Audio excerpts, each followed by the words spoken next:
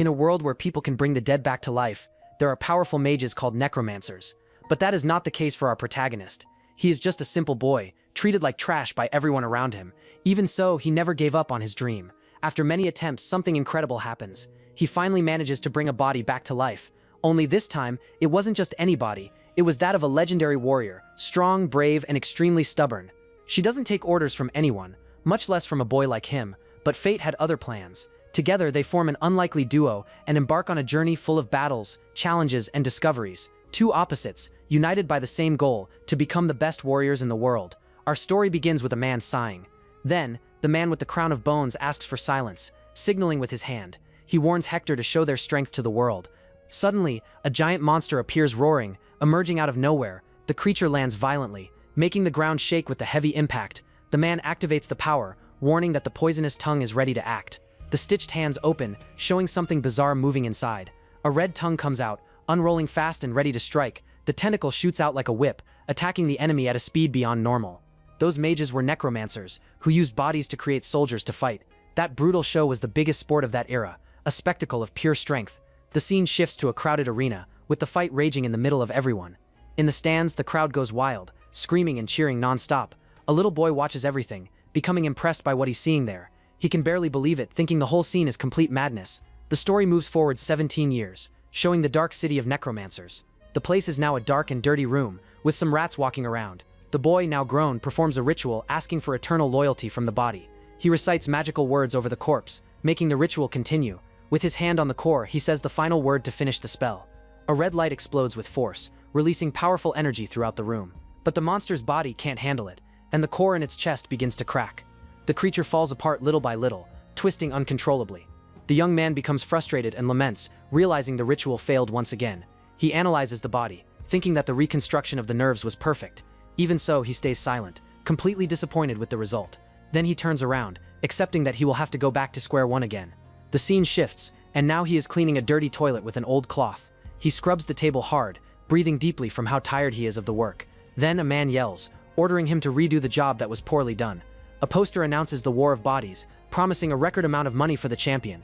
Then the children scream loudly in class, doing what the teacher ordered.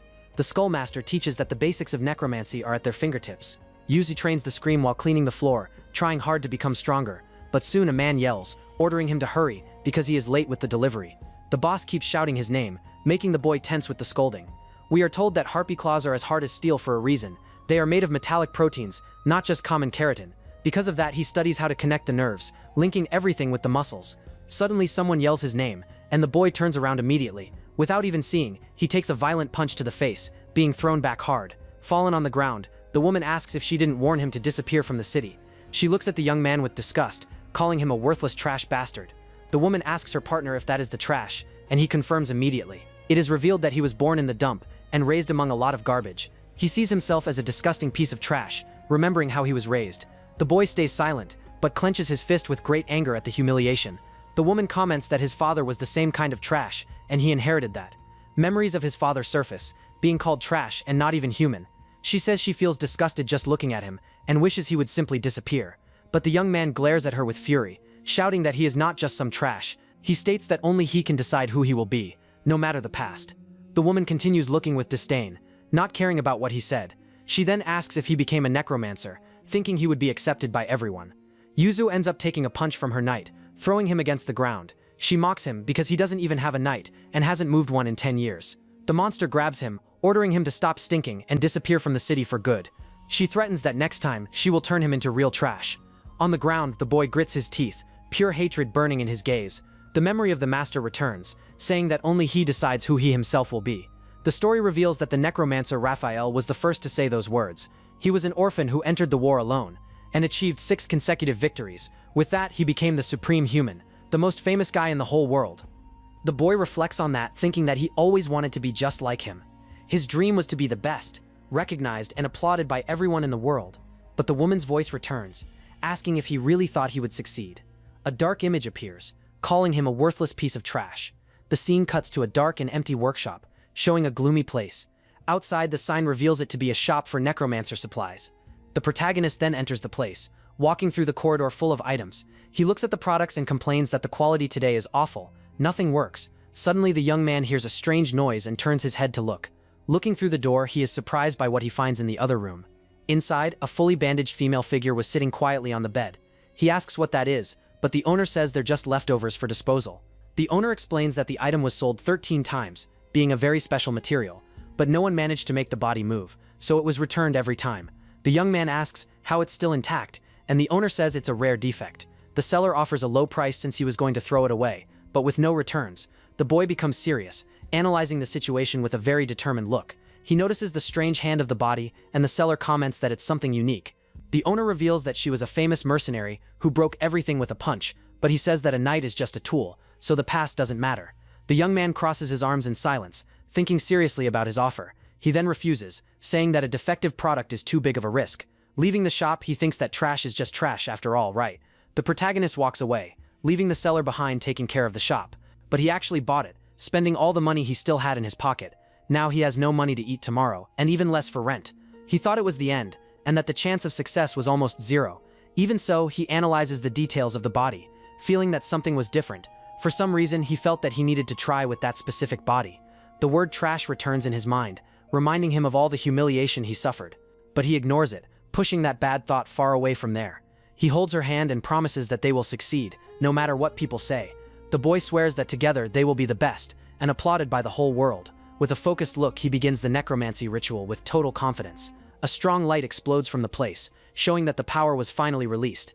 The red energy surrounds the woman's body, which begins reacting to the spell. He is in shock and asks himself, not believing it, if the ritual worked. Confusion overwhelms him, and he can't understand what is happening. Suddenly, the woman's eye opens, glowing in a frightening red. She then turns to him and coldly asks what he is. To his surprise, the young man becomes paralyzed with fear, shocked that she has her own will now. Not knowing what to do, he lets out a scream of pure terror at the situation. She lunges forward screaming, and the boy responds with a cry of pure despair. He crawls backward, still screaming, unable to believe what is happening. In shock, his first reaction is to grab a cleaver that was on the table. With the weapon in hand, he yells, asking how a corpse can talk like that. Her red eye focuses on him, glowing with a terrifying intensity. Then the core in her chest begins to shine brighter, pulsing energy. The woman clenches her fist tightly, wrapping her hand in a reddish aura. Out of nowhere, an explosion of light shoots to the sky, destroying the ceiling of the place. The scene returns to the dump, where his father asks if he became a necromancer. The dark figure stares at him, mocking the idea of him wanting to be a necromancer. He yells at Yusu that his mother was trash who ruined his life. The father continues the humiliation, saying that the child of trash can only be trash, and no matter how hard he fights, he will never be recognized by anyone. Back to the present, the boy wakes up from the nightmare, breathing heavily. He takes a deep breath in relief, sweating cold after the nightmare he had. The young man realizes it was a dream, the same as always, since a body can't talk, but a voice interrupts him, telling him to consider himself a lucky guy. She explains that she missed the punch because her right leg isn't working. Tired of the noise, she yells, telling him to shut up, because she can't take it anymore. Yuzo ends up falling on the floor from moving too much. He realizes that he is tied up and asks why, wanting to know what she will do, but she throws the question back, telling him to explain what he did to her body. Then the woman tightens her fist and warns that next time she won't miss the strike. The boy doesn't understand, until a piece of wood falls beside him. Suddenly, he sees the state the wall was in. He looks up completely terrified, unable to believe what is happening. Seeing the insects, he looks at her and asks if she is also a necromancer. She says she thought he was a lunatic, and he denies it, blaming the strange place. The woman stays silent, finally realizing that she really died. She thanks him for being revived but already says goodbye to leave, telling him to take care. He warns her that she can't move her arm and leg because they aren't parts of her body. The young man gestures, showing himself ready to use his necromancer powers. He explains that as a necromancer, he is the one who must move the limbs for her. The boy insists that no matter how strong she is, she will need his help. She gives a sideways smirk and mockingly asks if he said help. Then she grabs the cleaver that was on the floor with surprising speed. The young man doesn't understand anything, completely lost with her sudden attitude. Without thinking twice, she cuts off her own leg with a quick and precise strike. He screams in shock, panicking at the completely bizarre scene. The woman introduces herself formally, saying that her name is Eleonora. She continues, bragging about being the strongest and the most beautiful of all. And she adds that she is the greatest warrior the world has ever seen in battle. She states that with or without limbs, she doesn't need his help or anyone's. With that, she turns around and starts walking away, leaving him behind. The boy stares back at her, with a serious look and very focused on the situation. His eyes show a determination she did not expect, without any fear. He then has an idea and says that he will hire her services to fight. The young man remembers that she was a mercenary, and that she needed money even after dying. With that, he extends his hand and invites her to fight by his side in the war. She finds the boy interesting and says she accepts if the payment is good, but she warns that she has a debt she needs to pay no matter what, and the amount of that debt is much higher than he can even imagine. The young man thinks for a bit, trying to calculate an amount that pays such a debt. He then offers her 80 billion gold, an absurd amount of money. She thinks it works, but he explains that the prize of the war is even bigger. The prize of that year's great tournament was 100 billion gold. The woman is shocked because she didn't know the amount was that high. She confesses that she had no talent for necromancy, so she never cared. He asks if she's interested, since it's easy to enter if they hide the secret. He holds her hand, saying that if they fight together, victory will be easy. With a dreamy look, he states that the two of them will be applauded by the whole world, but she doesn't care about fame, and asks if he will give 80% of the earnings. Eleonora stares at the young man with her red eyes and demands 95%. He is shocked and tries to argue, talking about the cost of materials and other expenses. The young man insists on 85, but she won't give up the 95%. He becomes desolate for a moment, realizing that the negotiation will be tough. The value dispute continues, with him trying to lower it, and her keeping her proposal. Finally, he gets irritated and accepts, telling her to keep the 95%.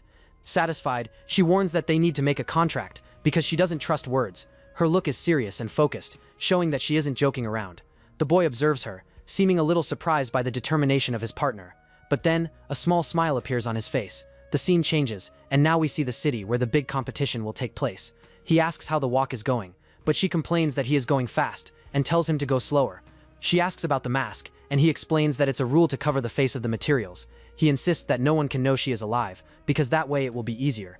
But she complains that her face is precious, and he tells her to watch her words. Suddenly, the woman from before appears shouting his name and calls him a bastard. She remembers that she warned she would turn him into trash if she saw him again. Eleonora asks what that is, but he tells her not to get involved in the issue. The woman is surprised that after 10 years he finally got a knight, but she mocks, saying that the knight looks like trash, ugly just like him. She lets him go because she wants to see him get crushed, but Eleonora insults her back. The woman becomes furious, unable to believe what she just heard from the knight. Eleonora says she told her to keep quiet, because she was already annoying too much. The young man becomes nervous with the situation, but soon shows a defiant look. He confirms what was said and asks if she has any problem with the nickname. Furious, the woman screams that she will kill him, and sends her monster to attack with everything. But Eleonora steps in front, preparing to defend the boy from the attack. Eleonora tells him to give support to the right foot, and the boy focuses to help. With that, she charges forward with a powerful punch, covered by a red aura. Her fist collides with the monster's, causing an explosion of energy. The scene changes and reveals Kalina's past, who had average talent. She thought she was superior, calling losers those who couldn't do the same. Kalina shouted that she achieved everything easily, while the others couldn't reach it even trying. Her greatest joy was belittling others to boost her self-esteem, and Yusu was the perfect prey, trash that was always below her to humiliate. But in the end, the tables turned. Back to the fight, Eleonora's attack disintegrates the monster with a single strike. Kalina and her partner look at the dust, shocked by the power they saw there. She can't believe she was defeated with a single blow by a guy like that. Yusio asks what happened, not understanding her surprised reaction. He then stares at the woman and mockingly asks if she has any problem. Kalina grits her teeth, looking at him with uncontrollable fury in her eyes. Eleonora stares at the woman with a very threatening look, ready for another fight. Afraid, Kalina takes a step back, frightened by the knight in front of her. Yusio gives a slight smirk, satisfied to see the enemy backing away. Then he scolds her, because fighting outside the arena is very dangerous. She then looks at him with arrogance, asking if he is giving her orders. The young man stays quiet for a second, with a serious and very determined look. He says it is a request, because he knows more about the war of bodies than she does. He reminds her of the debt, and the woman grumbles, but agrees to try to control herself. She asks what the next step is, and he warns that it's time to register. The boy becomes a bit nervous, and asks if she can take the test, right? The scene shifts to the registration room, with 3 skull judges seated. The 2 approach the judges' table to finally begin the test. But Eleonora walks very strangely, dragging herself with difficulty through the hall. One of the judges mockingly asks if she can at least run a little. Then Yusiu makes a hand sign, preparing to use necromancy. With his help, Eleonora starts running in a clumsy way through the hall. She tries to balance herself, but the movement remains very strange and crooked. Stumbling, she almost falls, but manages to keep her balance at the last second. The judges stay quiet, just observing the bizarre demonstration of running. They comment that it was kind of sloppy, but it seems she knows the basics. His form is stamped with an approved, and he finally manages to register. His skull medallion cracks, and a victorious smile appears on his face. He then appears inside a glass capsule, wearing the official uniform. The boy says it took 17 years to wear that uniform, and he's very happy. But Eleonora cuts him off, asking when he's going to match her rhythm. She threatens to cut off the leg and fight alone if he keeps being so clumsy. He says she would never win with just one leg against the knights. The woman yells for him to get the rhythm right, because he's always out of sync. The boy yells back, saying that the body isn't his, so it's hard. She gets irritated, and says he's the one who has to match her, the great Eleonora. An announcement calls all players to the arena, interrupting their fight. He tells her to put on a mask, because he needs to cover the knight for safety. Several necromancers and their knights walk together toward the arena. Among them, there are some really bizarre creatures, with red and stitched eyes. A weird being, made of several hands, also passes by them in the hallway. Yuzu finds the place marked with his number, and waits for the tournament to begin. Then, Eleonora points at a strange guy with something coming out of his mouth. She feels disgusted by the scene, not understanding what that thing was. But Yuzu tells her to stay quiet, because if she causes a scene, he's done for. A mysterious voice says that, unlike the body, names are eternal. The story explains that names are remembered for decades or even centuries, and some are spoken for thousands of years, living forever in history. The man reveals that he hopes such a person appears in the War of Bodies. With a sinister smile, he truly hopes that happens soon. Then he turns to the competitors, ready to start the event. He addresses the 8304 necromancers, ready to begin the opening ceremony. The man asks if they're ready for the fight, and the crowd yells that they are. He then questions whether they will dedicate their hearts to achieve victory. The competitors shout with all their strength, showing they're ready to fight. With a macabre smile, he announces the beginning of the 145th War of Bodies. The crowd goes wild, shouting and raising their fists with excitement. The announcer raises his hand, asking for the attention of all necromancers. He warns that he will explain the first round, where 20% will be eliminated. The fighting method will be a random confrontation, decided by each one's luck. Whoever wins 2 passes, but whoever loses 4 is out of the competition. One of the competitors comments that you can fight up to 5 times in the first round. The screen then announces the first fight, between the player in the black line, and the player positioned right behind him in the battle arena. A guy turns around laughing a lot, celebrating that he got really lucky in the draw. He looks at Yusu, mocking him for having such a cute opponent right away. The opponent yells that he will show the supreme beauty he created himself. With a bizarre smile, he prepares to summon his knight into the arena. Yusu keeps a calm gaze, analyzing the opponent without showing reaction. The guy gets irritated, thinking Yusu despises him for being ugly and disgusting. He yells that everyone is equal, but they will recognize him when they see his creation. Yusu explains that he was looking at his knight, which is very well made. He praises the neck muscles, which compensate for the weakness of amphibians. The boy then greets him, wishing for a good match before the fight begins. The opponent is speechless, completely surprised by the boy's attitude. He shakes Yusu's hand, still shocked by what just happened. The guy says it's the first time someone has offered him a handshake. He thinks the boy didn't care about his appearance, and even found him cute. Suddenly, his knight makes a noise, seeming to agree with its owner. The man gets excited, and tells them to show the supreme beauty he created. He raises his arms and gives an evil laugh, ready to start the fight. The story explains that the war has 3 very difficult preliminary rounds. From these rounds, only 1,000 players are chosen for the main round. The boy comments that the rules change, but the current format is easy. He hands her a magic communication device, shaped like a skull. The boy explains that he modified the appearance, but it can be worn on the ear. The device uses resonance magic, and only whoever is using it can hear. The woman tests the device, asking if he hears her, and calling him idiot. He warns that he sold half the furniture to buy that, so she better not lose it. She questions if that's allowed, and he says accessories are permitted. But the arena has a magic circle that blocks communication with the outside. He explains that it's not a problem because they won't talk to anyone outside. The woman agrees, since the rule doesn't apply to internal communication. With everything ready, he asks if she's prepared, and the woman stares at him. The two then walk toward the arena stage for the first fight. The judge announces that the match will begin, and asks them to step onto the stage. The boy takes a deep breath, mentally preparing for the first fight of his life. He then climbs the arena steps, walking slowly toward the battlefield. His opponent is already on the other side, waiting for the fight to begin with his knight. Yusu notices that there's no audience, because it's only the tournament's preliminary round. The judge confirms that both are ready, and announces the fight between Wang and Yusu. But for the boy that doesn't matter, because what truly counts is the fight ahead.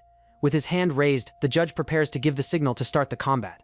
Tension rises, and the judge yells that the fight starts right now, without delay.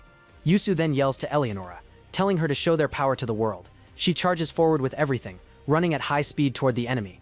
But the lack of synchronization makes her trip and fall face first onto the arena floor.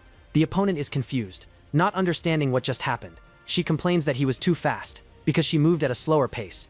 Irritated, she warns that she will fight in her own style, and tells him to follow along. The warrior then charges alone at the frog, surprising the opponent.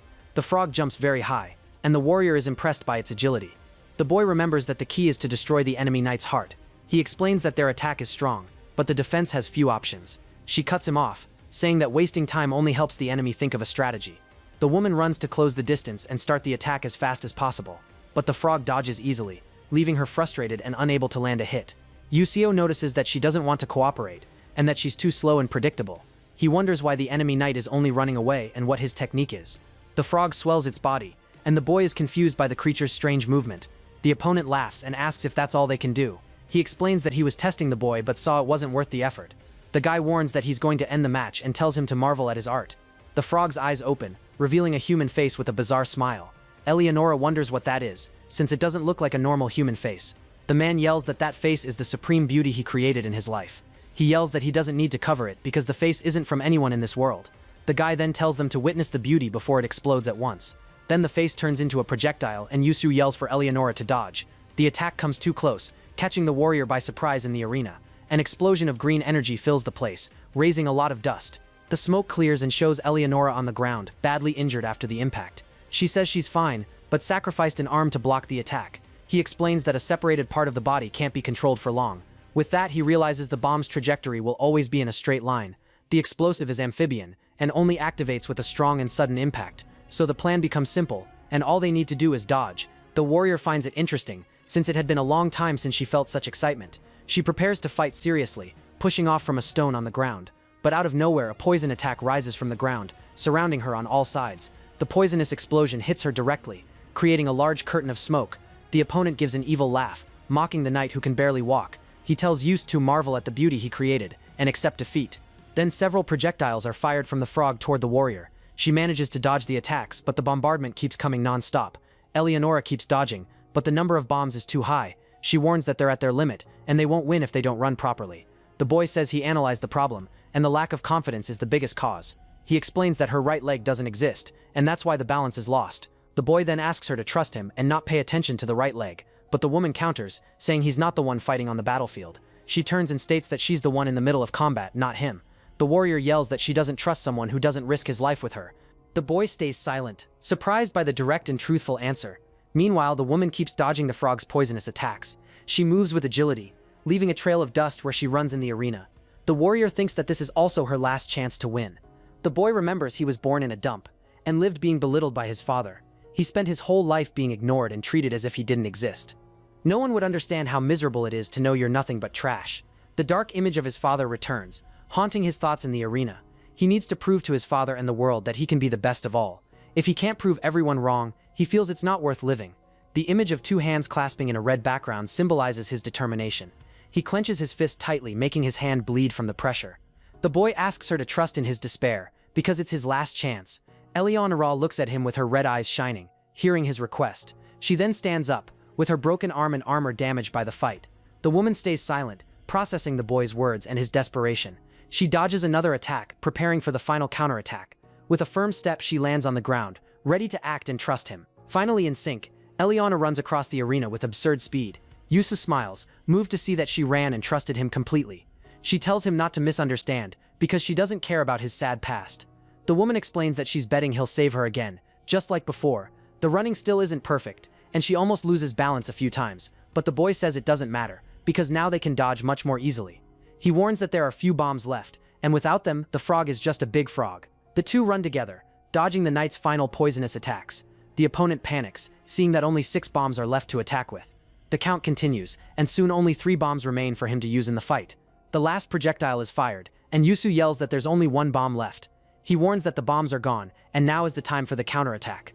The warrior charges full force at the frog, closing in to strike. She slides on the ground and prepares to deliver the final blow with full strength. With her red fist, she warns that this time will be very different from before, but she notices something strange in the enemy knight's red eyes. Suddenly, the frog's eyes open, revealing more hidden bombs. The opponent laughs and reveals he hid 10 extra bombs inside the body. The frog turns and fires all the bombs at once toward Eleonora. He yells that victory is his, certain that the surprise attack will work. The bombs fly toward her, each with a bizarre human face, but Yusu yells for her to attack downward, not upward as she thought. She understands the plan and punches the ground with all the strength of her red fist. The strike creates a shockwave that destroys the ground and throws rocks upward. The opponent doesn't understand the explosion because it wasn't his attack. Eleonora appears in the middle of the crater, unscathed and ready to continue the fight. The boy praises her judgment because the punch activated the bombs in the air. He confesses that it was a gamble, but that he knew her technique was powerful. The boy becomes serious, seeming worried about something important. He looks at her and asks if that technique can only be used a single time. She explains that the technique channels everything into the fist, and that's why the arm turns black. The warrior warns that it takes about 4 hours for it to return to its original state. The boy concludes that it can only be used once, and asks what happens if it's used again. She says that her body was left without an arm and a leg the last time, and to make it worse, the corpse was left with a huge hole near the heart. The woman confirms that if she uses the technique twice, her body won't handle it. In that case, her heart simply explodes, killing her instantly. Yuza understands the situation and realizes that now they're without any technique, but he remembers that the opponent is in the same situation with no tricks left. Eleonora then prepares herself, fist closed and ready for combat. She says that now it's time for a truly bloody fight, hand to hand. The crystal heart of the enemy knight is revealed and immediately shatters. With a precise strike, she destroys the frog's core, which falls defeated on the ground. The judge announces that the knight's heart was destroyed and declares the winner. The great winner of the match is the player Yuzo, who stands with an intense gaze. He soon celebrates his victory. With the battle over, the necromancer vibrates intensely, shouting loudly that they finally won. He turns to Eleonora and does not spare compliments, saying that she completely dominated the close-quarters combat. The boy stays excited and points his finger, stating with certainty that she is the supreme warrior. But Eleonora keeps calm, admitting that he even had some surprising moves there in the fight. Satisfied with the result, he walks toward the door, wanting to enjoy the momentum of that perfect victory. But he ends up hearing someone, and decides to take a look. The boy walks over to the fallen monster, while that man was down because of his defeat. Yusu stares at the man and states that he was a magnificent knight, leaving him totally perplexed by the comment. The man can barely believe what he hears, but Yusu confirms his effort, dropping a however right afterward. With a slightly psychopathic look, he completes the sentence by warning that his own creation was just a little more perfect. The man stands there looking dumbfounded, absorbing those words and staring at the boy without really knowing how to react. Emotional, he admits that no one had ever praised his art, but the boy warns that unfortunately a crucial detail was missing there. He says that the faces of the bombs got stuck to the patterns, but beauty is objective and subjective. The boy suggests that he show the beauty of his own perspective, not that of others. The opponent is surprised, eyes wide at the boy's new idea. He agrees and says he never thought of that, and thanks Yuzo for the advice. The guy declares himself his first fan, and says he'll watch him reach the top. Yuzo stays silent, just observing the reaction of his first fan. The man gets excited, and says he'll also create an even more perfect knight. Back at the workshop, the boy calls Eleonora Ellie, surprising her. She gets irritated by the nickname, yelling that she's not his friend to have that kind of closeness. He asks her to calm down and explains that in battles, every second counts, and is important. The boy demonstrates by yelling her full name, and then just the nickname. The woman grows pensive, with a drop of sweat running down her face. He says winning is more important than a nickname, and she sighs, giving in. She warns that he can only call her that when they're fighting. She asks about the next fight, and he says they have a week to prepare. The problem is that the opponent is random, and he points to the skull on his chest. He explains that the skull is the identification, proving he's a necromancer. The color and shape of the skull change based on tournament results. A list shows the ranks, going from bronze to onyx, the rank of the grand champion. She concludes that the higher the rank, the stronger the opponent, but he says no. The boy warns that if they're unlucky, they might have to fight an emerald rank. The woman gets concerned, since fighting someone strong would be a problem now. He then picks up the card to see who their next opponent in the tournament is. The boy is shocked by the name written on the card, completely surprised. Meanwhile, a large man observes the room, and someone says Yusu's name. A woman asks who Yusu is, and the man says he's a rookie in the tournament. The man gives a sideways smile, looking very confident with the information. He says that this preliminary round is going to be very easy to win now. Changing scenes, we see the same man sighing after a fight. The crowd goes wild with the victory of Raul, the impenetrable wall. The announcer shouts that this is his second consecutive victory in the championship. The fans shout Raul's name, sharing the moment of glory with him. The crowd keeps shouting, and the champion gets emotional with the victory. He sweats cold, exhausted after a long and very difficult battle in the arena. His face shows a serious expression, eyes focused on his goal. The scene shifts and shows him vomiting, completely drained after the celebration. Sitting at the table, he calls for Sophie, seeming really worried about something. The woman appears, and he asks what the number of fan letters for that month was. She responds coldly, saying the total number of letters was 12044 in total. He's surprised and notices that this is a 15% drop since last year. Raul asks if the prediction of a 15% drop was correct. He cries, realizing the numbers don't lie, and the prediction came true. The man asks what the media and analysts are saying about his chances. The woman reveals that his probability of winning is only 2.736%. Angry, he curses everyone who thinks he's incapable of winning again. Raul clenches his fist and swears he'll prove everyone wrong about him. He asks if the next opponent is really Yusu, and she confirms the information. Raul says he needs to show an overwhelming difference in power to everyone. He clenches his fist, determined to be so strong that no one will deny him again. Back at the workshop, the boy stitches Eleonora's arm, and she says Ral's name. She warns that he placed 10th last year and can't be ignored. The guy is a very skilled player and has even won the tournament twice. The boy explains that in war there are only 2 ways to determine the winner. The first is by destroying the knight's heart, and the other is surrendering. He explains that surrender means abandoning the war of bodies completely. The results are recorded, but the next match won't happen anymore for the surrenderer. The woman stays silent, processing the cruel rules of the tournament. She concludes that it's a crazier sport than she thought, a fight to the death. He reminds her that a knight is just a tool, but for her it's different. Having the heart destroyed means truly dying, and this time forever. The boy looks at her seriously and asks what she wants to do now. She asks if he's suggesting surrender just because the opponent seems strong. The woman says he underestimates her, since she spent her whole life killing to pay her debt. She clenches her fist and says that risking her life twice is nothing to her. With a serious look, she warns him never to surrender without her permission.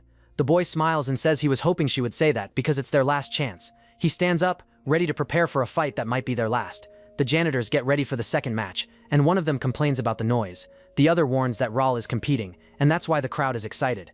The older janitor comments that his skills have dropped a lot lately.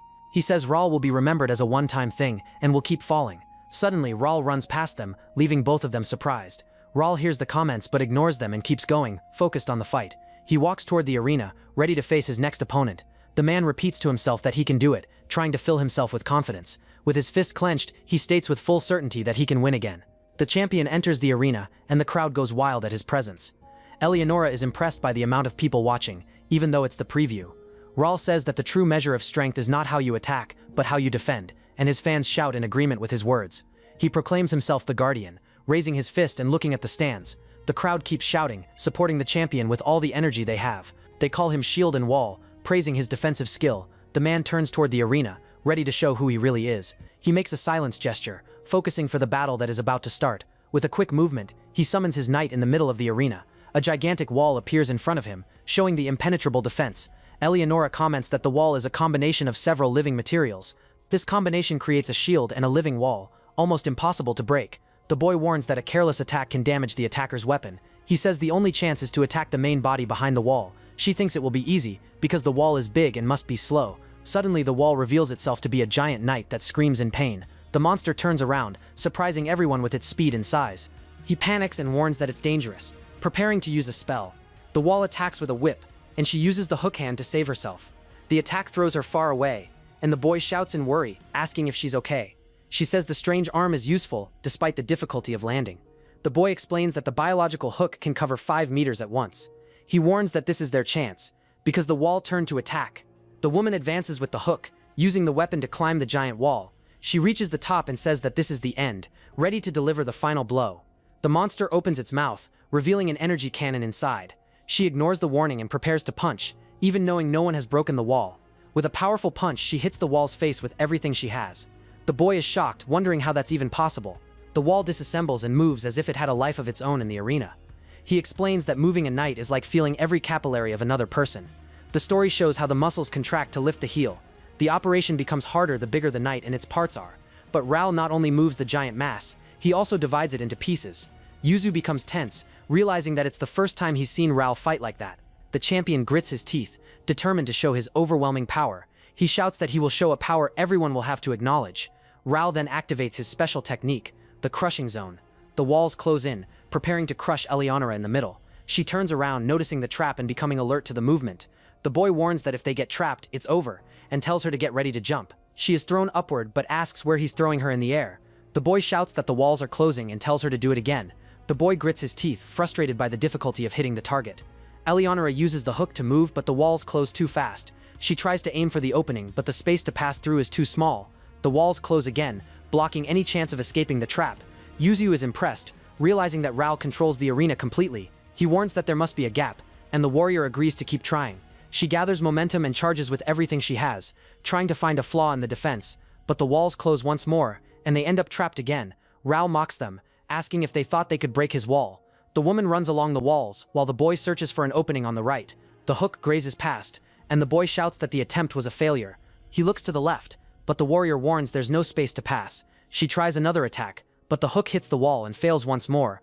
All attempts go wrong, and Eleonora finds herself with no way out. The boy becomes desperate, Remembering the crowd and feeling the pressure of defeat, Eleonora's hook breaks, leaving her without her main attack tool. The boy shouts that the hook broke, and that this limits their approach a lot. He faces the wall, feeling the crushing power and the impossibility of winning. Even so, he believes there must be a way to break that defense.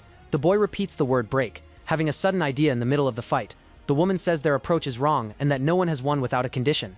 The boy asks if the wall is really unbreakable like everyone says it is. She stays silent for a moment, thinking about the question and his plan. He explains that no one has broken the wall, but he heard about an exception. A physical attack knight, as a last resort, managed to crack the wall. But after that, attacking head-on became a strategy out of the question. He says that if they overcome the strongest attack in the world, maybe it's possible. The boy asks if her fist is the strongest, surpassing even that one. Eleonora stares at him with her red eyes, with a determined smile. She says that if that's the basis, then it's worth risking her life to try. She clenches her fist, focused and ready to put the plan into action. Eleonora warns that she will mark the target with her left arm for an accurate shot. With her red fist, she charges toward the wall, ready to strike with everything. Raul asks if she gave up, but appreciates the courage to face his wall. He then prepares to use a special technique, closing his eyes. The champion brings his fingers together and activates his ability, the compression chamber. Two walls appear, surrounding Eleonora from all sides, but Eleonora gets close enough and her punch is almost hitting him. The scene shifts and shows Raul at home, depressed, looking at his trophies. He thinks that he put all his heart and soul into the art of necromancy, and with all that effort, the entire world finally recognized him as champion. But now he feels like a failure, a loser with no pride left. The media and critics talk about his flaws, and when he will retire. The woman watches him in silence, just listening to her master's outburst. He gets irritated and shouts that he won't give up, asking if they're kidding him. Raul sits alone, thinking about how things reached that point. He says he just wants to hear the crowd's applause one more time in his life. The reflection of the crowd appears in his eye, showing his desire for glory. Back in the arena, Eleonora lands a full-force punch, breaking the wall. Her fist, covered in red energy, pierces the defense and opens a hole. Raul is in shock, eyes wide, unable to believe what he saw. The crowd falls silent, surprised by the unexpected scene in the arena. People wonder if Raul's wall really broke right there in front of them. Yuso questions himself, unable to believe they really managed to win. He still doubts he defeated the famous Raul, one of the greatest champions. Suddenly, he hears the sound of clapping coming from the arena stands. The crowd starts applauding and the boy is amazed by the reaction. Everyone wonders who the newcomer is, since they've never seen him before in the tournament. Yuso smiles, eyes wide and face flushed with happiness. After the fight, he squeezes the skull medallion, feeling the power in his hands. The boy excitedly asks if she heard the applause, saying they were incredible, but the woman replies that she doesn't care about what other people say. She says that the most important thing is that she proved something very important to him. With a smile, she asks if she didn't prove that her fists are the strongest. He agrees, and says that they did something no one else managed to do. Suddenly, the door opens and Raul appears, saying the two look happy. The boy is in shock to see the defeated champion right in front of him. Raul asks if he thinks he's better now, and if he'll get famous for this. With a smirk, he warns him to be careful with sudden fame. He says the public will get more excited about mistakes than about efforts, and they'll be more interested in failures than in the successes he might have. Raul stares at him and asks if he's really ready to receive the applause. The boy stays silent for a moment, but soon gives a confident smile. Absolutely. He answers yes, and the champion smiles back. The flashback shows Raul looking at his younger self, passing the torch. Raul stares at him seriously, seeming to change his mind about the boy. His eyes fill with determination, showing he won't give up easily. He warns that next time, he won't go easy and that his confidence will crumble. The champion then turns around and leaves, leaving the boy alone in the corridor. Yuzu stays silent, just watching Raul walk away after the warning. Back at the workshop, he throws a bag of coins on the table, and the woman asks what it is. He explains that it's the prize for passing the first preliminary round of the tournament. The boy leans over the table, looking at the money he just earned. With a smile, he says it's the first money he's ever received as a necromancer. The woman mocks his excitement and warns that the next round is in 4 weeks. She tells him to have fun with the cash, because only the first prize will be shared. He looks at her and asks what she's going to do while waiting for the next fight. She replies that she has to stay there, because she has nowhere to go with that body. The boy crosses his arms, thinking about what she said about having nowhere to go. He then calls her and asks her to wait a minute before she turns around. The scene shifts to the workshop, where he works on a new arm for Eleonora. She wakes up and asks what that is, surprised by the new body she received. He explains that he tried to make it as similar as possible to her original body. The boy hands her a box and says he doesn't know if it will fit, since he never bought one. He says it's casual women's clothing so she won't look like a knight. The boy invites her to go out and spend the money they earned together.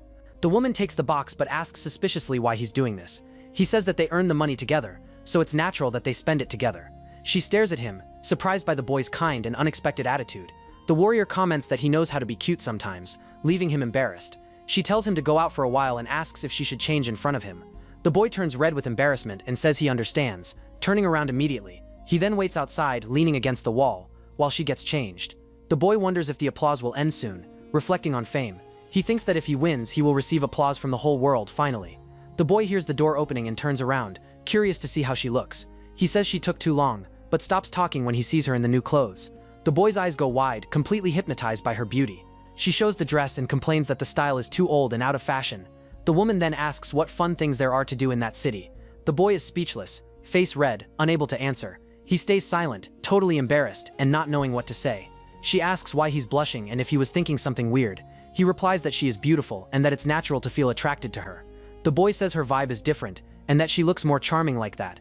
The woman is shocked, eyes wide, unable to believe what she heard.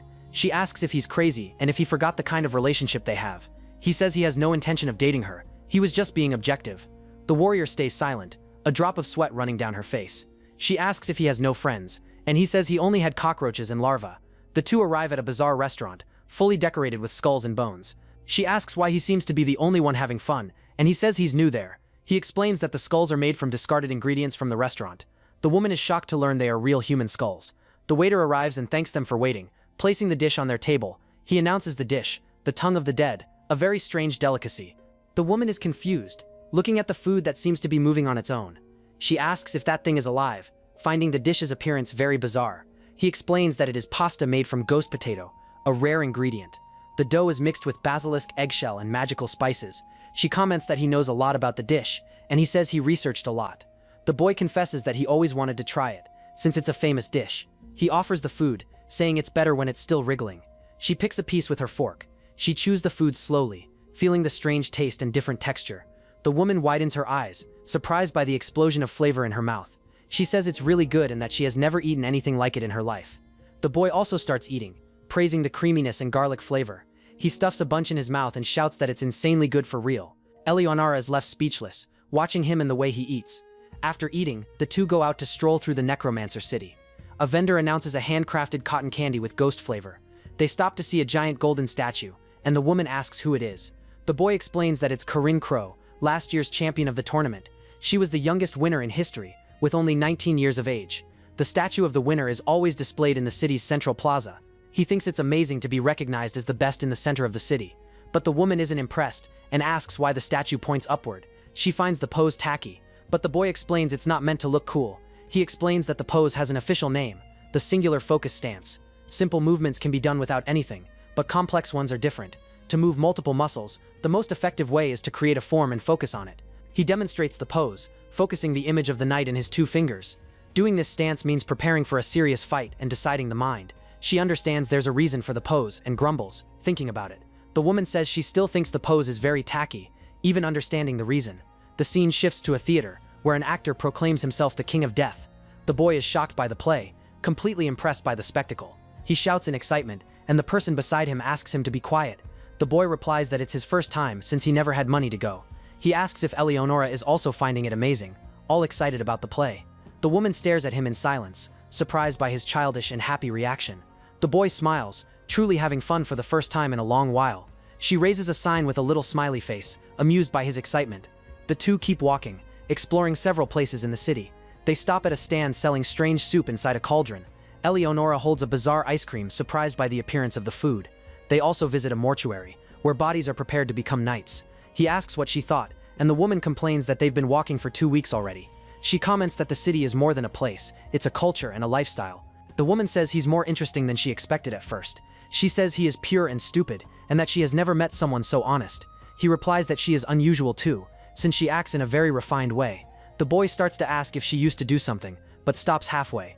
Suddenly she sees a familiar figure in the middle of the crowd and is shocked. He turns to Eleonora, asking if she's really there, unable to believe it. The boy stares at her, and asks how she's alive if she was dead before. He sees her walking away, still not understanding how she can be alive there. A girl appears and asks how she was alive. The boy is in shock, a drop of sweat running down his face. He realizes he made a mistake, since someone recognized Eleonora. The boy tries to cover it up, saying she is his younger sister, but Eleonora cuts him off, saying they don't look alike at all. He doesn't know what to say, trying to think of a quick excuse. The boy then shouts that she is his wife, Sabrina, surprising everyone.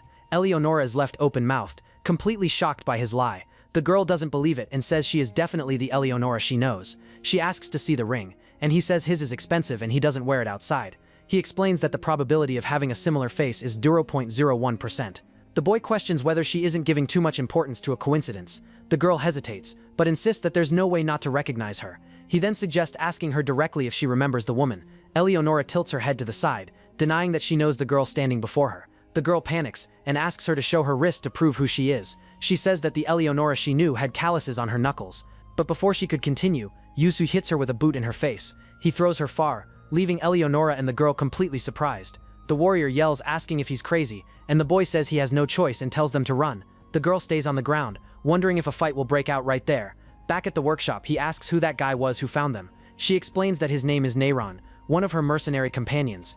The woman says that Neyron is a headache, and the boy asks if he's a rival. She denies it and says she saved his life a few times by accident in the past. And since then, Neyron has been following her everywhere, trying to court her. Yuzo is completely confused, with several question marks in his head. He thinks for a bit, trying to process the information he just received. The boy says he doesn't care, as long as they fight well together, that's what matters. She cuts him off and warns that he understood everything wrong, because Neyron is a man. The boy is in shock, eyes wide open, unable to believe what he heard. The boy becomes thoughtful, with a serious look, analyzing their situation. The woman says that the real problem is the obsession Neyron has for her. She worries that he might be looking for them, or for her body in the city. The boy agrees that this is a problem, even more now that he knows her appearance.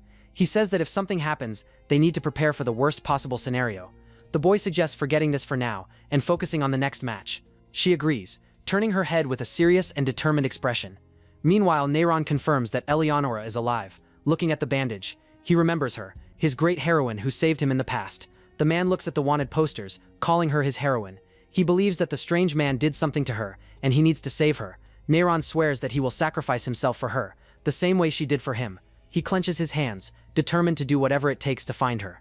The scene shifts and shows a meeting about the tournament's revenue drop. Someone asks the cause, and another says it's a change in consumer behavior. He continues, saying that attention is focused on a few popular battles.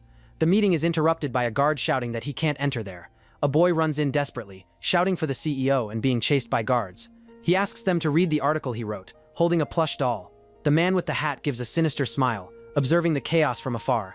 He orders the guards to leave him alone, and the security obeys immediately. The CEO asks what the problem is, and the boy says he couldn't register. He insists that his body moving is part of his battle strategy.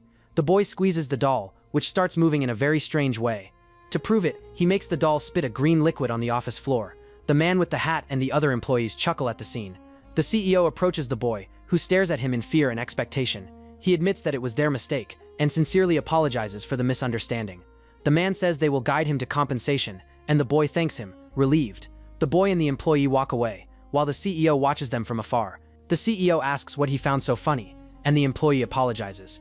But the man with the hat glares at him and asks who he thinks he is to decide something. He says that someone who judges human worth is not qualified to be with them. The CEO glares at him with a serious look and tells him to remember that well. With a sinister smile, he says that human strength comes from its deficiencies, and in that sense, he faces the employee and announces that he is fired. The other employees step back, leaving the fired man behind. He stays alone in the hall, in silence, processing what just happened. One of his colleagues says that he had talent, and firing him was excessive. But the CEO replies that if he's passionate, he will return, if not, that's his limit. The employee stays silent, reflecting on his boss's words. The man with the hat also orders the guards who failed the security to be fired. He warns them to gather the team, because the second preliminary will be unlike anything before. With a cornered smile, he seems to have a very bold plan in mind. The scene cuts to a crowd shouting Yusu's name. The boy dreams he is in an arena, with a crowd of dolls applauding him. He raises his arms, happy, enjoying the moment of glory in his dream. But a voice questions him, asking if that is enough to be special. The shadowy figure of his father appears, calling him a piece of useless trash. The monster says that his mother was trash, even more useless than anyone, and continues, saying that trash only gives birth to trash, and he is nothing more than that. The boy yells that he is not trash, with his face full of anger and determination. He swears that he will reach the top, and tells his father to just wait and see. The boy yells that he will prove to the world that his father was wrong about him. But the shadowy figure laughs, doubting that he can do that. The monster squeezes his neck, and one of his eyes bursts suddenly. The boy wakes up screaming, with his hand on his neck, feeling the pain from the dream. He takes a deep breath, sweating cold, still scared by the nightmare he had. Suddenly, he hears a noise and turns his head, with his eye wide open. The boy sees Eleonora sleeping peacefully on the bed next to his. He approaches her, as she sleeps peacefully with her head on the table. The woman wakes up startled, yelling that he finally showed his claws. The boy falls to the ground, confused, while she grabs him by the shoulder tightly. He asks her to turn him into the best, the kind that no one ignores. The boy cries, saying that he can't stand being underestimated by everyone anymore. Eleonora stays silent, just watching his desperate outburst. She places her hand on his back, trying to calm him down in the middle of the crisis. With a sigh, she seems to understand the pain and suffering he feels. The next day, she asks if he's okay, because he seemed strange the night before. He gets confused and asks if he did anything weird the previous night. The woman points at him and says that he clung to her and cried like crazy. The boy doesn't believe it, and says it must have been a dream, completely embarrassed. She stares at him with a serious look, with a drop of sweat running down her face. Yuchio tells her to pull herself together, because the rules of the second round will be announced. Raul receives a letter and wonders if those are really the rules of the second round. The woman confirms that the announcement was official, leaving Raul worried. He realizes that if he loses once, it's the end of the game for him in the tournament. The champion's eye widens, with a drop of sweat from how tense he is. Somewhere else, a man sitting on a throne finds the new rules interesting. He gives a cornered smile, seeming amused by the change in the game. Several competitors receive the red cards with the new rules. The players read the instructions, curious to know what changed in the tournament. Yuze reads the card and curses, surprised by what's written. He warns that the news is bad, and Eleonora asks what happened.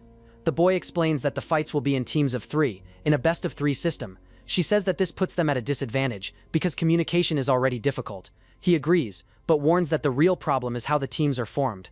The boy reveals that only one person with gold rank or higher is allowed per team. The woman concludes that this means more fights among high-rank players. She wonders if they're prioritizing team balance instead of the strongest. He says that it seems they're trying to boost new players on purpose. The woman asks how they're going to form a team with these new rules. The boy reveals that the method of team formation is very specific. In the plaza, several players raise their hands, asking to form a team. He explains that the formation is based on individual negotiation between players. The place gets crowded, and he warns that they have 3 days to form the team. After that, they just fill out the form and hand it to the tournament staff. She asks if he has someone in mind, and he tells her to wait and see.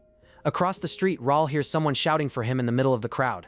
Several players ask him to form a team, desperate for a chance. The woman asks if he plans to join Raul, and he explains the reason. The boy says that Raul is the best shield, and with their combined abilities, they would be simply unbeatable if they think logically in the game. From afar, the boy waves at Raul, who stares at him with a serious look. The champion turns and walks away, ignoring the boy's invitation. The boy gets confused, wondering if Raul didn't see him waving. The next day, he tries again, waving from afar at the champion. But Raul stays silent, completely ignoring the boy's call. Once again, he turns and walks away, without giving any attention. On the next day, Yusu tries one last time, raising his arms with hope. Raul stares at him with a serious look, seeming irritated by the insistence. He says that he would not lower himself to the point of joining someone like him. The boy gives up, already knowing that the answer would be that all along. She asks what the next step is, because only 5 hours remain until the final deadline. He stays silent, and the woman asks what's wrong, thinking he didn't plan anything. Yusu confesses, with his face blushing, that he never had friends in his life. Eleonora stares at him with a serious and slightly surprised expression. She stays silent, with a drop of sweat running down her face. With 3 hours and 30 minutes left, the pressure to form a team only increases. In the plaza, the players shout their abilities, trying to find partners. In the central square, about 800 necromancers gather to find team partners. Most of the players there have ranks between black and bronze, the lowest ones. They don't have a clear strength or simply aren't known players. A guy with glasses rejects a partnership, saying the other one isn't good for him. An old man complains about the young man's arrogance, and the boy calls him a decrepit old man. The old man is left speechless, completely offended by the boy's answer. Yuzu climbs onto a high spot and yells that he broke Rao's wall. He says he did something no one else did, and asks what they think of that. But the other players stare at him in confusion, not understanding the excitement. Eleonora sighs, surrounded by some very strange and bizarre knights. A group comments that it was about time for Rao's wall to break again. The guy with glasses says that even he could break Rao's wall nowadays. A boy approaches, impressed, and asks to form a team with him. He shows his knight, a giant boar, and says it can pierce through rocks. The boar lets out a grunt, with a fierce expression ready for battle. The boy stays silent, blushing, thinking about the player's proposal. He refuses, saying they aren't compatible, and tells him to look for someone else.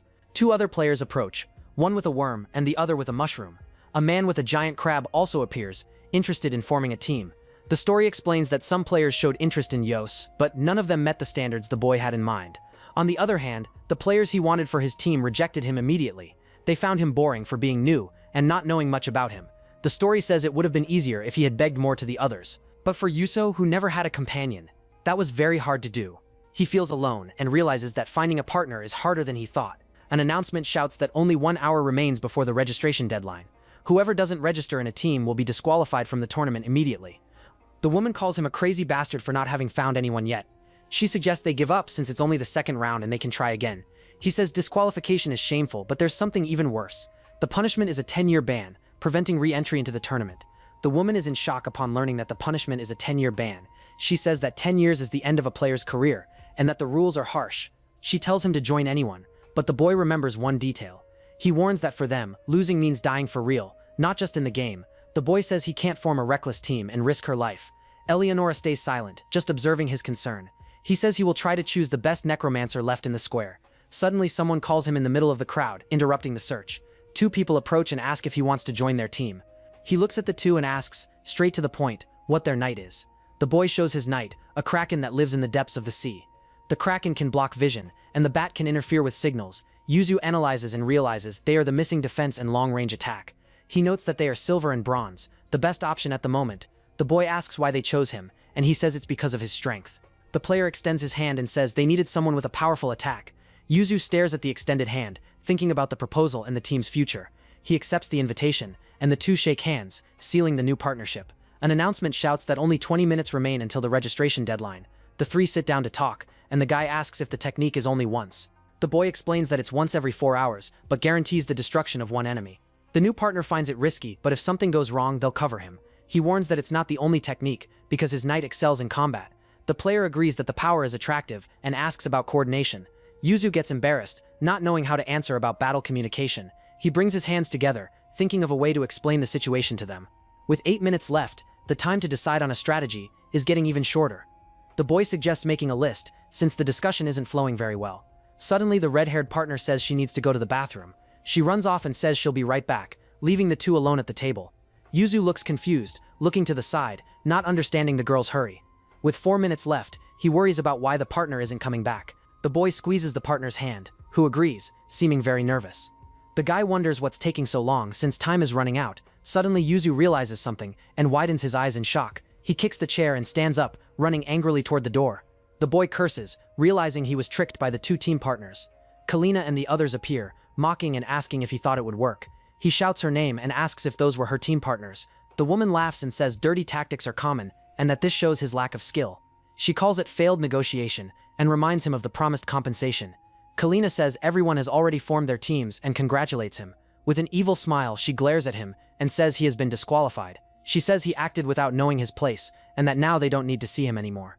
An announcement shouts that only 1 minute remains before the registration deadline. The boy grits his teeth, his face full of anger and frustration. Missing 1 minute, he starts running desperately through the central plaza. Eleonora asks if he is running, and he says that the communicator only transmits voice. The boy shouts that he has no time to explain, and looks for someone without a team. He keeps running and shouting, searching for anyone who is still alone. Missing 40 seconds, a guy raises his hand and says he still hasn't found anyone. He runs to the guy and tells him to sign the form, desperate with the time. The man shouts for one more person, begging for someone to join the team. Missing 20 seconds, he remains alone in the middle of the empty plaza. The clock marks 3 seconds, and the countdown increases the despair. Missing 2 seconds, someone shouts here, and he turns around instantly. He runs to deliver the form, sweating cold with the time almost over. The judge grabs the form at the last second, and the team sighs in relief. The judge announces the team of player Yusu and player Borak, and finally player Era, confirming the team's registration in the tournament. The guy who was rejected before complains, outraged for being ignored. The man asks Era what her fighting style is, since there was no time to see it. The girl stays silent, only staring at him with an empty expression. He becomes confused, his face blushing, not understanding her silence. The man asks if she is listening, but Borak keeps complaining in the background. The story explains that out of the 8304 necromancers, only 505 passed. These numbers exclude the ex-champions who didn't compete in the preliminaries. In total, 1668 teams were formed during the matches of the first round, and among all of them, the 3 were the ones no one chose until the end.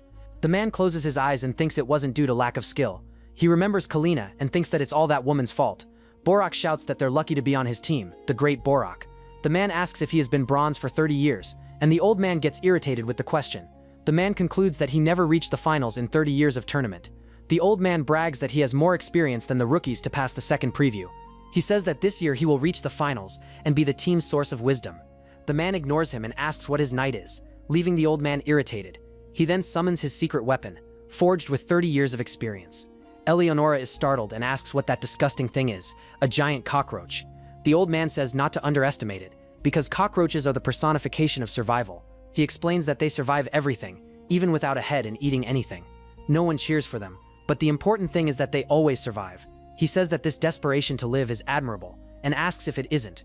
Yuzu thinks it seems like he is talking about himself, clinging on for 30 years. He analyzes the knight and says it's not bad, it has good balance and fundamentals, but he concludes that the cockroach has no unique strength that stands out. The man then turns to Era and asks what her knight is. The girl stays silent, only staring at him with an empty expression. Out of nowhere, a giant black cat appears meowing, leaving them both shocked. The man and the old man are speechless, their eyes wide with surprise. The girl writes something in a notebook, with the giant cat standing by her side. She shows the notebook and says that her knight is simply her cat. Eleonora complains that it's not fair to fight beside a cockroach and a psychopath cat. The man says that's how things happened, and that it's unbelievable. He says that what's done is done, and now they have 3 choices. The first is to win, the second is to die, and the third is to give up everything. He turns to her and asks one last time what she wants to do. The woman looks at him seriously, her gaze focused and very determined. She says they've come this far, and there's no turning back now. The warrior says that no matter what happens, they will go until the end together. The man nods, agreeing with her decision and ready to fight. The crowd shouts, welcoming all the players into the arena. The narrator announces the start of the first match of the second qualification round. He announces that in this round, teams of 3 will fight in a best of 3. The narrator extends his hand to the audience and prepares to introduce the players. He announces the first team, formed by Yuzu, Borak, and the mysterious Era. The opponents are Team 2, Claude, Saren, and Bertor, and the crowd goes wild. The crowd shouts Claude's name, who waves at them confidently. The hooded man says that their art will continue, seeming very confident. The opponent prepares and starts counting in French, striking a ballet pose. He makes a peace sign and says that the first act on stage will begin. His knight appears, a skeletal ballerina with blades on her legs. Eliana wonders if she is a ballerina and what her fighting style is. The man whispers through the mask, testing the communicator they are using. He says he hears well and that they had a quick strategy meeting. The agile roach goes first, to read the opponent's attack patterns. Then they will use Eliana Ra's technique to create a 3 against 2 fight. She asks what the crazy cat is going to do, and if he at least knows how to fight. He says that the cat is just a cat, with no special ability. The feline knight stretches on the ground, looking completely harmless. The old man asks what her knight can do, and the cat rolls on the ground. The girl stays silent, just staring at the two with an empty expression. She shows the notebook and writes that her kitty is simply adorable. The boy and the old man are left speechless, eyes wide in disbelief. Eleonora asks if he's insane, because that means only the 2 of them will fight. He warns that in the worst scenario, they need to prepare for a 1 against 3 fight. The boy says that's why he gave her the sword, for sustained combat. The woman says it was the right decision, since her punching power drops a lot. With everything ready, the 2 face each other and he says it's time to begin. The announcer yells that the first match of the second preview will start now. He gets excited, raising his fists and shouting with all his energy. Borak shouts that he will show the power he refined through 30 years of training. The giant roach charges forward, running at high speed toward the enemy. She is surprised by the roach's speed, and the cat meows in the background. The woman stares at the cat, who stretches on the ground, completely indifferent. She stays silent, not understanding what a cat can do in a battle. Claude says that music and light are essential on the stage, and calls his partners. The 2 present themselves, ready to follow the orders of the team leader. His partner says that the opening piece must be calm, in adagio tempo. Her knight, a bizarre instrument, begins to play a melody. The other partner increases the light, and raises the vertebrae of his knight. His knight, a creature with a single eye, takes on a strange form. Claude smiles and says that the battle's prelude will begin right now. He says it is time to shake each other's rhythm and start the fight. The ballerina begins to dance, moving to the sound of the music in the arena. Borak thinks that if he watches, he will lose seniority and skills. He thinks the ones handling music and light look defenseless. The old man decides to attack one of them from behind, to catch them by surprise. But the roach is intercepted by a fast and precise attack from the ballerina. The old man is surprised, and the ballerina continues her deadly dance in the arena. Claude says he was rude, because this is the time to focus on the main character. Eleonora decides it's better to eliminate him first, and charges to attack. She throws a full-force punch, aiming at the ballerina's face with great power. The ballerina dodges with a backward somersault, avoiding the powerful strike. With a quick movement, she counters the attack using the blades on her legs. The warrior smiles, seeming to enjoy the opponent's agility. She counterattacks, spinning the sword skillfully to hit the enemy. The blade grazes past, and the ballerina manages to dodge by a hair. The enemy knight continues the dance, with fast and elegant movements. The ballerina spins in the air and attacks with a powerful downward kick. From her foot, an energy projectile is fired, surprising Eleonora. She realizes that his reflexes and reaction speed are superior, and to make things worse, his reach is longer, making it hard to get close. She smiles confidently, saying she only needs an opening to land her punch. With that, the knight begins to move fluidly, as if dancing across the field. He dodges masterfully through a barrage of blows coming his way, but one of the attacks seems to hit him, forcing Eleonora to defend as best she can. Even so, he does not retreat and advances to connect a direct counterattack on the enemy. His eyes shine intensely, showing that he hasn't given up the fight. With that, the punch lands squarely and sends the opponent flying. Completely surprised, Yuseo is shocked, wondering how his knight can still move, but the other explains that roaches keep moving even without some parts. He says that in the end they release a substance, gaining incredible speed. That speed is 10 times faster than normal. With a crazed look, he shouts that he will teach what the final fight of a beast is. A flashback shows the boy asking if the speed is 10 times higher than normal. The old man confirms, saying that this way he can dodge everything and create an opening. With that, he tells Yuseo to attack with his knight to finish the enemy. Yuseo just stares at him in silence for a moment, agreeing with the plan. He boasts, saying that this is the fruit of an entire lifetime of research. With a powerful shout, he reveals the name of the technique, Annihilation Run.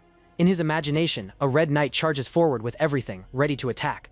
But the knight ends up exploding into several pieces, failing again. Back in the present, Yuseo and Eleonora look confused, not understanding anything. The boy then turns to the old man, gesturing in disbelief at what happened. Borak sighs in defeat, admitting that now they're completely screwed. Meanwhile, the ballerina lands gracefully on the ground, victorious after the fight. Revolted, Yuseo asks if he's joking, since the technique has never worked. The old man stammers and confirms it, but says he thought this time it would work. Yuseo thinks that if it worked, it would be an incredible weapon and very hard to stop. The boy thinks that if the technique worked, he wouldn't be bronze for 30 years. Then Claude mocks them, finding that whole performance very poorly done and weak. He asks the enemies to act like villains, because that's how the protagonist shines. With a serious look, he says he expects a much better performance in the next act. Then he announces the second act, and his knight spins in the center of the arena. Claude makes a signal, warning that it's time to speed up the rhythm. The ballerina starts spinning much faster, releasing a powerful red aura. Seeing the danger, Eleonora curses and decides to retreat for now to protect herself. She runs through the arena, dodging the attack that chases her at high speed. His partner warns that they're increasing the rhythm, changing the battle's music. She warns to be careful, because one specific note of the music is very destructive.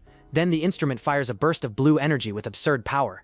The attack hits Eleonora head-on, throwing her backwards with a strong impact. She's hurled violently against the wall, which cracks entirely from the blow. Even injured, she rises from the ground, and her eyes shine with a red aura. A beam of red light shoots from the knight, striking Eleonora with full force. The partner explains that with the rhythm, the heat increases, and this is the melting ray technique. He warns that the duration is short, but if the light hits for more than 3 seconds, the enemy's flesh will simply melt, with no chance of escape. Yuzu panics, trying to control the warrior to get her out of the attack's aim. She runs across the arena, but the red beam chases her non-stop, almost hitting her. Suddenly, the blue burst hits her again, throwing her far with the impact. She crashes to the ground, sliding across the arena without being able to get up properly. But the warrior uses her sword as support, steadying herself to return to battle.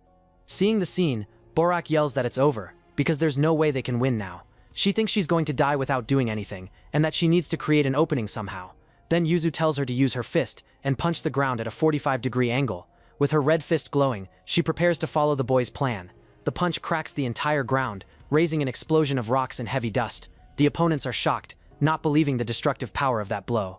He thinks the technique concentrates power, but it's hard to land on the enemy. But with this, he changes the shape of the ground and manages to hinder the attacks. She uses the terrain to fight, dodging and blocking the ballerina's blows. The warrior advances with a quick slash, using the debris to move. Then she jumps from one stone to another, cornering the opponent in the arena. The blades clash with force, and Eleonora's eyes shine with anger. She gives no respite, and continues the attack, taking advantage of the lead she gained. With a direct punch, she hits the ballerina's chest with brutal strength. The blow sends the enemy backward, breaking her defense once and for all. Claude panics and yells for his partner to support the knight now, but the musician complains that the debris is blocking the angle of his attack. Claude becomes furious, because there's no more space to move and he's cornered. The ballerina realizes that at this pace, her defeat is only a matter of time. Even being hit in the arm, Eleonora prepares for the finishing blow. With an insane look, Yusu yells not to make him laugh with that talk of defeat. With her fist clenched, Eleonora asks angrily how she dares to face her. Yusu yells in fury, asking who the opponent thinks he is to speak like that. With a devastating punch, she destroys the ballerina's core, breaking everything on impact. Claude and Borak are left speechless, completely shocked by the twist in the battle. The ballerina's body dissolves, and Eleonora stands victorious over her enemy. She then turns and asks if now is the time to hunt the rest of them in the arena. It is questioned what a knight truly means to a necromancer. For some it is just a heap of flesh, a body that moves with no will. For others it is a monster turned into a weapon of war, made only to fight. But for a minority, they are something beautiful, a work of art created with care. A flashback shows Claude admiring the legs of his knight, finding them perfect. He runs his hand along her leg, with a look full of admiration and deep affection. Then he asks his beloved to make him shine on the stage once again like before. It is explained that to him, the knight was a second self, loved above all else. Back in the present, he screams her name, Fanalov, with the pain of loss. Desperate, he falls to his knees on the ground shouting no, unable to believe it. Fallen on the ground, Claude mutters in pain, and the medics are called to help. But one of them says it is just shock, and tells them to continue the match without delay. His partner stares at him, with a serious look fully focused on the next fight. The other says they lost power, and that now they have a good chance to win. He then prepares himself, announcing that the angle of the knight's spine is rising. Then the one-eyed monster stretches its spine, becoming taller in the arena. The necromancer explains that he can see the entire world through his knight. The creature's vision shows the whole arena distorted, with a wider field of view. He thinks it is foolish for her to approach from the front, and on top of that with no weapon. With a tense face, he activates his special technique, the powerful fusion light. The monster's eye fires a red beam, surrounding Eleonora from every side. Well guys, we're stopping here, but don't forget to leave a like and comment part 2 if you want a continuation. See you next time.